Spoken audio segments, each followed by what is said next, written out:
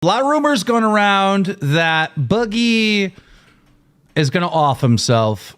If I ever threaten to off myself and one of you plays a fucking trombone horn, I'm gonna be fucking irate as I throw myself off the top of a building. All right, I want that very perfectly clear for the audience out there. Now, we're obviously conjuring up some forced drama here on the live stream, but I will say this is one of the best pity parties that Boogie has ever thrown, and we kind of get stuck going in loops over and over again, so I try and avoid reiterating the same things. But Boogie he's out in all-star form, just being the victim today, and that's what we can appreciate. Keemstar, he kind of reminds me, you know, when youtoobz had that documentary with Sam Hyde, and he was talking about how his dad doesn't believe in depression, like depression's not a thing. That's who I think Keemstar is. Keemstar can't seem to rationalize anything that Boogie's saying, and is constantly just saying, "We'll just lose the weight, just get over it." And Boogie's got some epic meltdowns, so let's get into it. You know, that your girlfriend kind of left you, and I mean, she's just staying with her parents for the weekend. I'm picking her up on Sunday. but she left you due to the threat, right? I mean, no, I asked her to go see her parents anyway. Her parents wanted to see her, so yeah. I mean, I guess in the neighborhood, we can twist it that way. We can twist it that way? We're live on the show, Boogie. I mean, I guess that's one definition is what I'm saying. But I'm saying, like, the reality of it is we wanted to get her safe in case Ryan goes fucking nuts. I love that I haven't even reviewed, I haven't talked about Boogie, I haven't talked about the fucking podcast in like a month and a half. And they're still doing the same bullshit forced drama. Because Boogie is under the impression, I'm talking to Keem, you know, we have a show that we have to do. I'll tell him, yeah, you know, we could twist it one way or another that she broke up with me, because I saw tweets, you know, Boogie's protected his Twitter now. He won't accept my follow. Kind of fucked up. I'm your biggest fan, Boogie. And he made some innocuous tweet about his girlfriend breaking up with him, or they broke up, or she's gone, or some bullshit like that. And it's all fake. It's all made up. It's just drama. He just asked her to leave because he's having a fucking baby temper tantrum and needs to be alone, I guess. I don't know. He says it was planned, maybe, that she was going to go visit her parents. So it's just like, Boogie, you're already starting out with a strike. It's not looking good. I'm throwing heaters down the plate, and you get served up a meatball, and you just absolutely whiff on it. Like, I hate that I'm live right now, but you know how I do this. I'm trying to sort magic cards. I'm trying to figure my shit out. I haven't slept in 2 fucking days because I'm afraid this lunatic's going to show the fuck back up. You know, I'm sitting here. So you're good. Miserable. You're not suicidal. No, man, I'm probably not going to kill myself.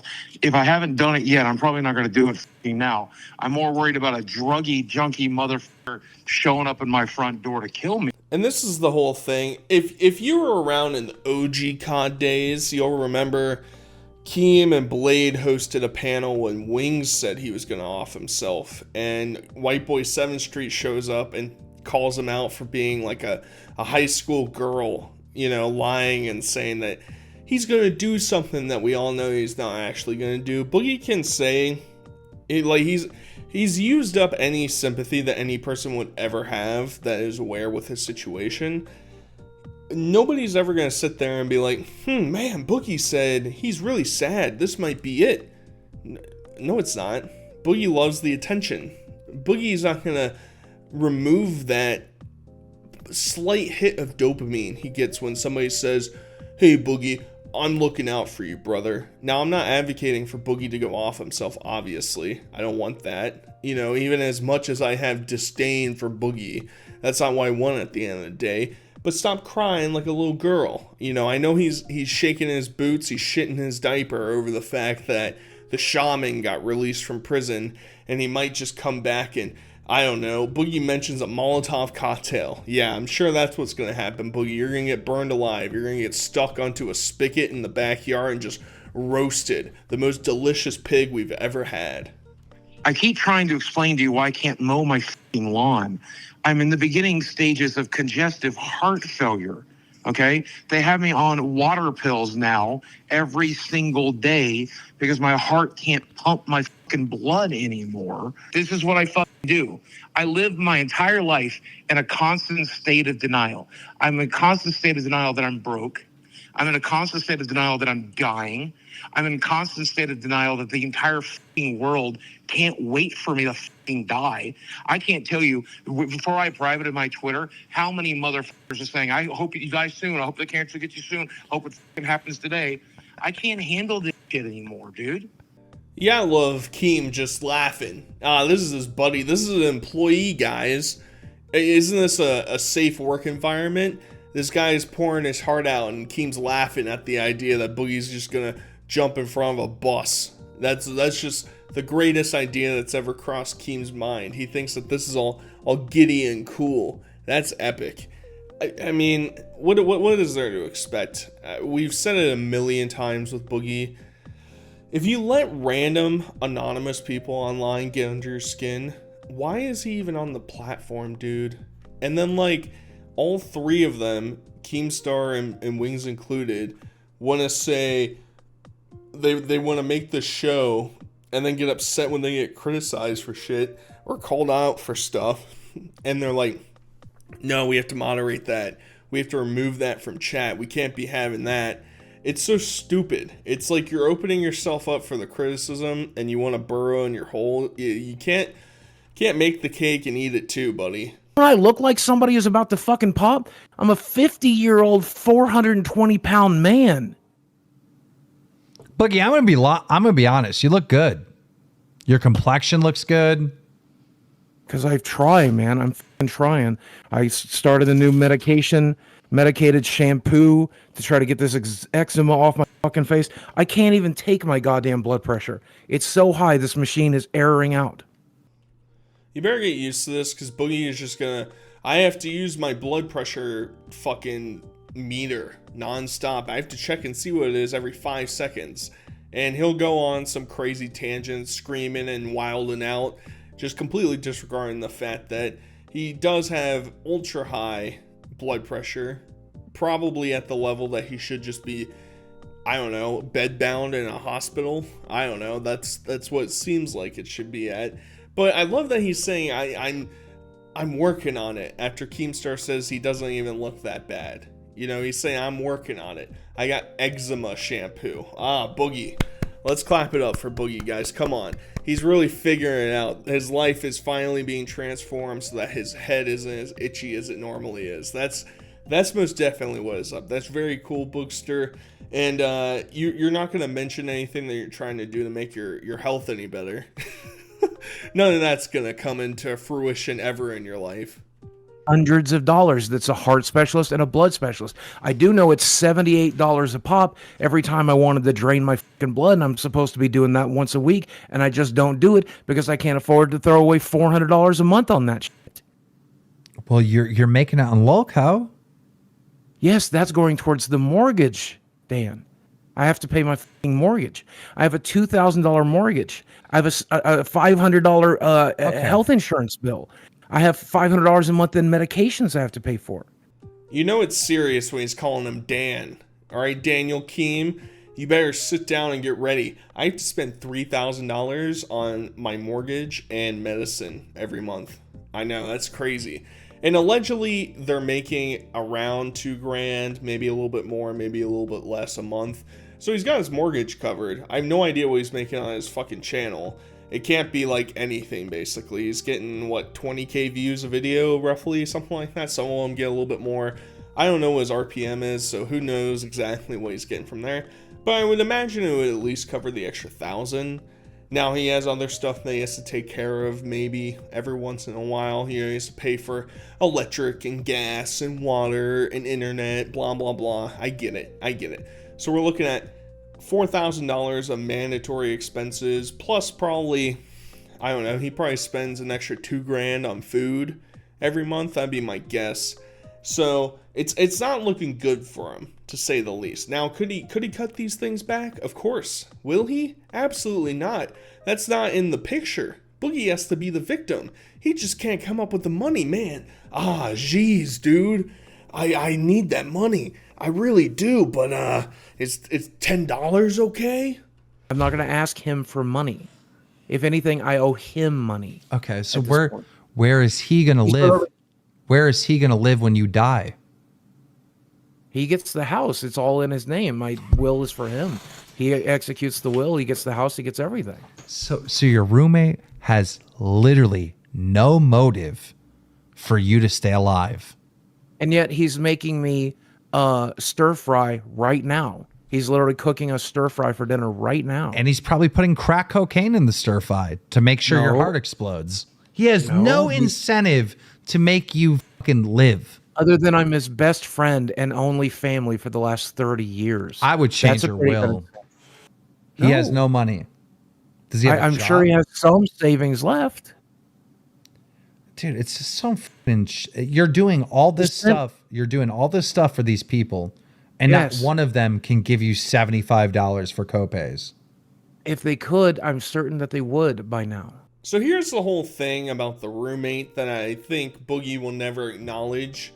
I think part of the reason that Boogie feels this obligation to help out this dude, I would never feel this. If I'm being 100%, if you're best friends for 30 years and you're living in my house for 10 years, you probably have a grace period. You know, if you help me out in the past, maybe you get half that time. Maybe you get 5 years of freedom. All right, past that, it's like, all right, man. You know, especially if I'm in financial dire straits, I'm gonna need some bones kicked in every once in a while. It doesn't have to be a huge lump sum, but maybe you buy groceries, all right? Or maybe you pay the electric bill and the internet bill every month, or something like that, right? We'll compromise. We'll figure something out. Because if he's truly a best friend, that's cool. We're helping each other out, but the dilemma is Boogie is the only provider in the entire house. That is stupid. Mega stupid for a guy that is on the verge of dying and is also financially destitute. That is regarded. And Boogie trying to explain it away is so stupid. It is a waste of time. And the reason I think Boogie feels this way to help out his friend is because deep down, I think this dude is probably wiping Boogie's ass. I'm being 100% honest. I think the reason that Boogie doesn't want to make his friend do anything because he doesn't want to have any fallout with this guy. You know, if he pushes him too far, what if he leaves and tells everybody all the shit he has to do for Boogie? Well, that'd be fucked up. That would be really messed up, you know? And Boogie doesn't want that. Either that, or Boogie truly is just the grandest, greatest guy in the entire world. Of course, silly me, that has to be the solution. Boogie's so cool and epic.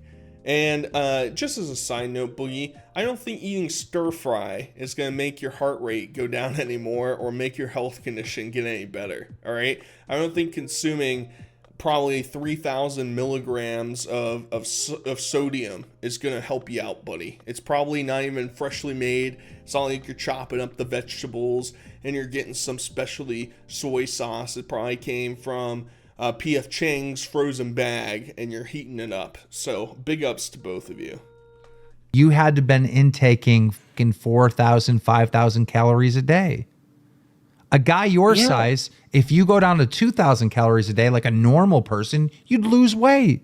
Yes, Keemstar, if I can overcome my food addiction, my lifelong food addiction, you're right. A lot of my problems would be fucking solved. Food is Why expensive. do you think I'm trying to get the fucking medication that fucking helps me with this? Why do you think I begged you live for the money to pay for the medication that Michael used to lose 50 fucking pounds? Michael used that shit and lost 50 fucking pounds. Jordy won that contest because he stole his wife's Ozempic. I'm begging you for the money to save my life, to take that life-saving drug so I can overcome my addiction. There's literally a shot that will overcome my addiction and I can't buy it. You think I haven't begged every person I know, Keemstar? You think you're the only person I can beg? So if I loan you the money to go on this drug to lose the weight, you'll pay me back after you sell the magic cards? Sure. Yeah, of course. All right. This whole conversation is so moronic. I am still hyper skeptical of Ozempic, even though I've interacted with people in my everyday life who take it, and I've seen crazy results from them, you know? And I there's one aspect of Boogie that I will actually show some amount of sympathy for because I can relate to it, and that's food addiction.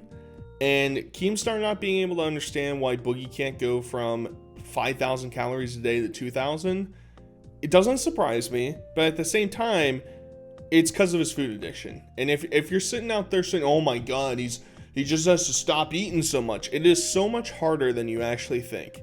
There is a psychological toll that goes on in your head where you're constantly thinking about food nonstop.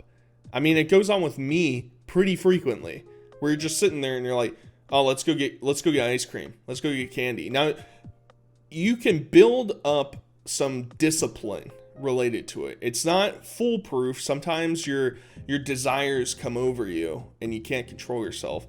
The biggest problem is that Boogie has basically never made any real attempts to try and fix his situation. He's done all this therapy work and none of that shit's ever worked.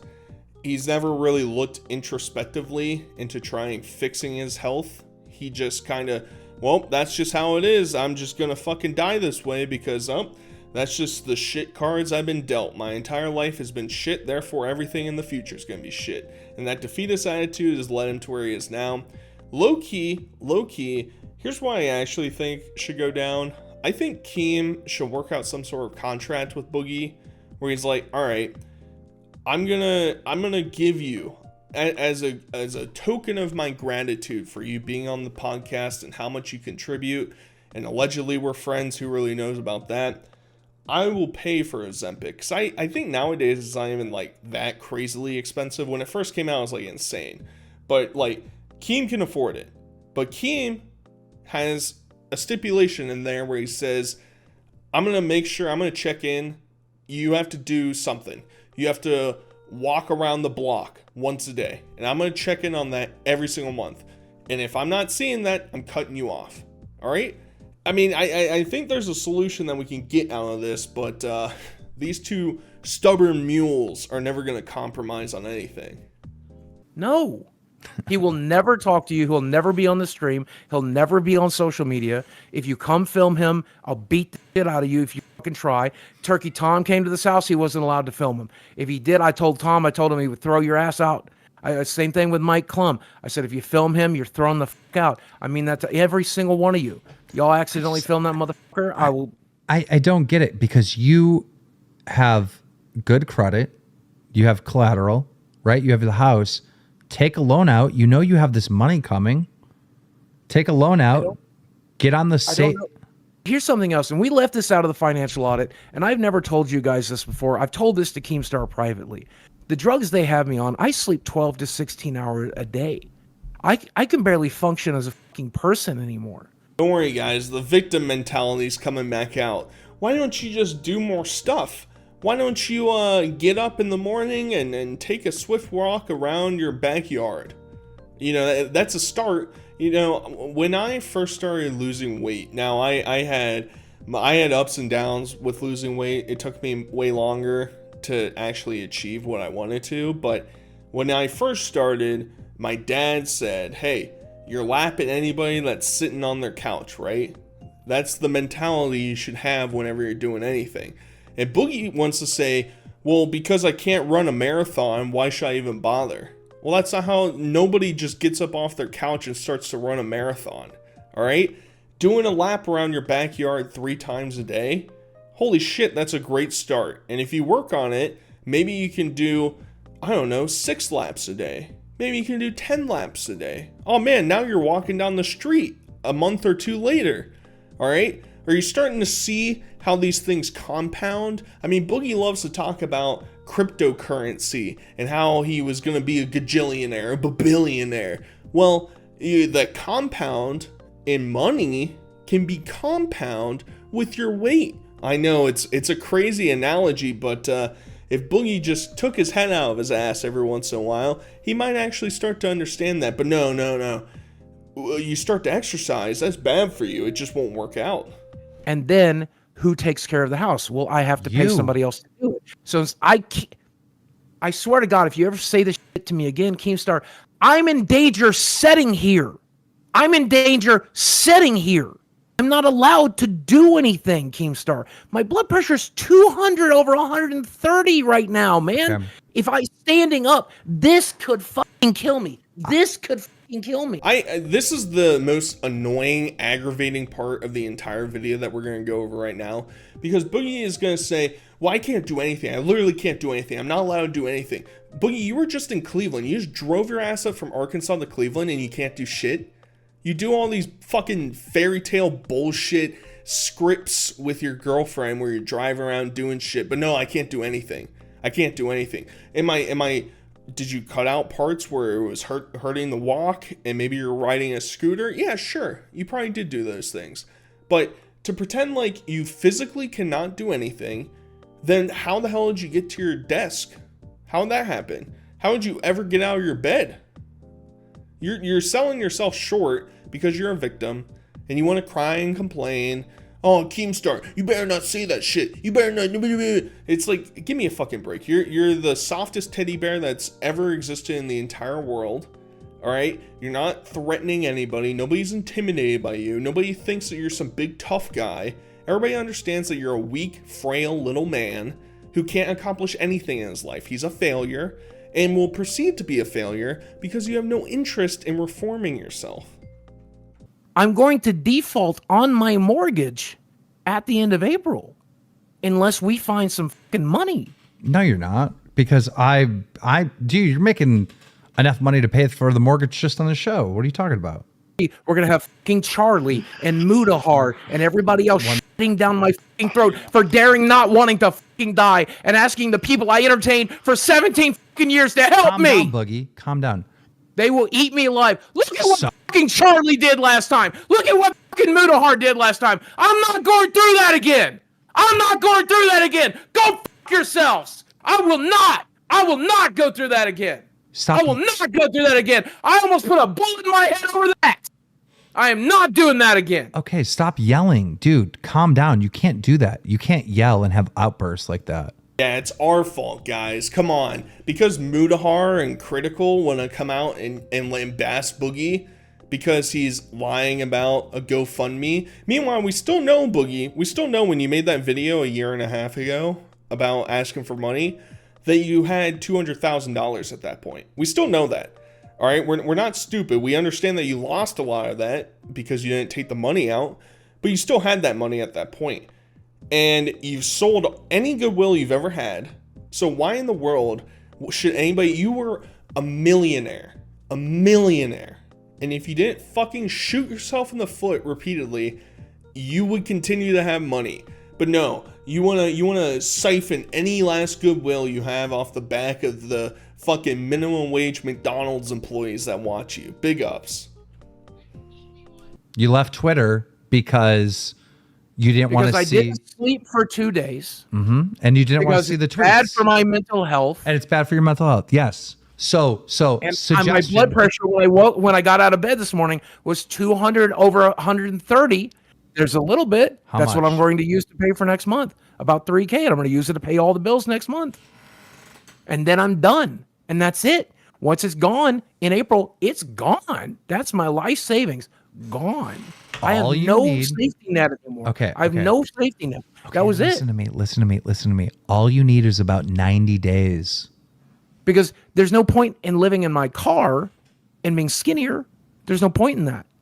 So what's the fucking point of this crying and sobbing, Boogie? Because we all remember, I remember, you were saying I'd rather die happy and doing what I want to do young than do all this work and fail. That's your real scenario.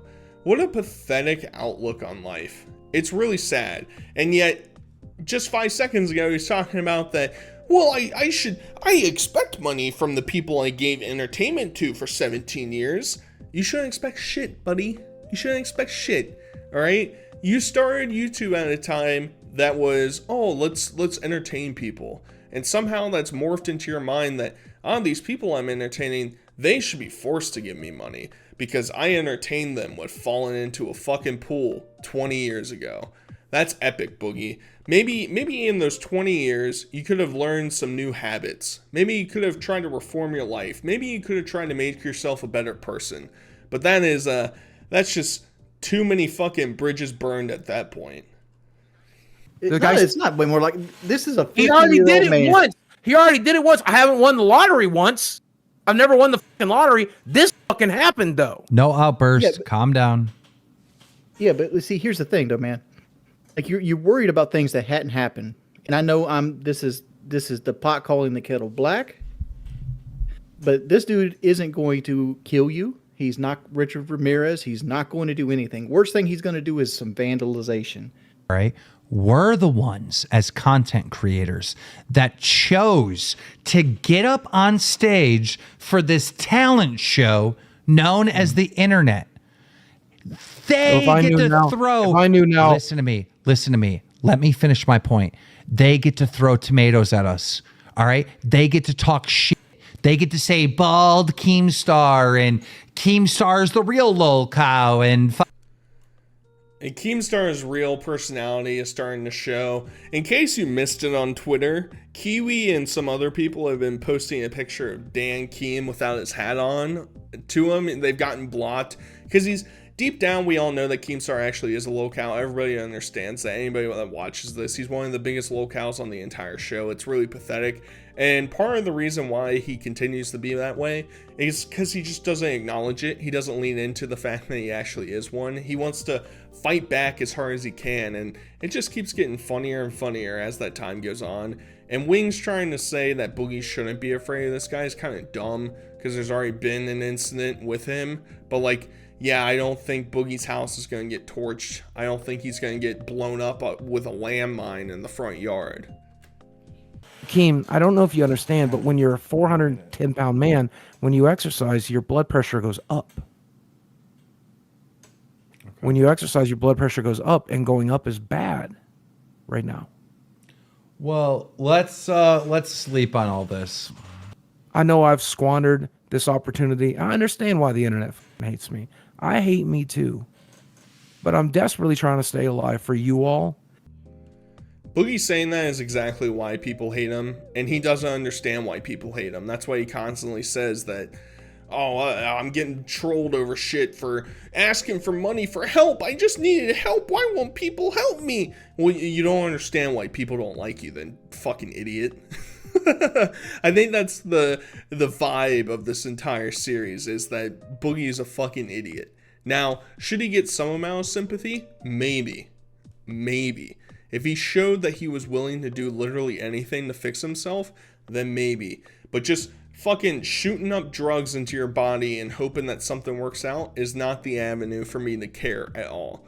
If you walked out of here right now and you told your roommate, hey, let's make some fucking grilled chicken and let's make some asparagus and some rice with no butter in it, just seasoning. Just put some seasoning in it. That's it. Okay, that's a step. But nah, we're gonna continue to go and eat fatty foods and do whatever the fuck we want. And then we're also gonna come back and cry and complain that people don't care that he's dying.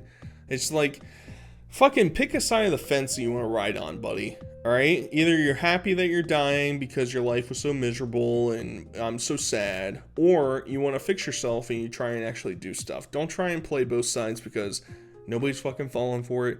Nobody's feeling bad for you. It's just really pathetic at this point. Either way, hope you guys enjoyed. Till next time, I'll talk to you guys later. Peace.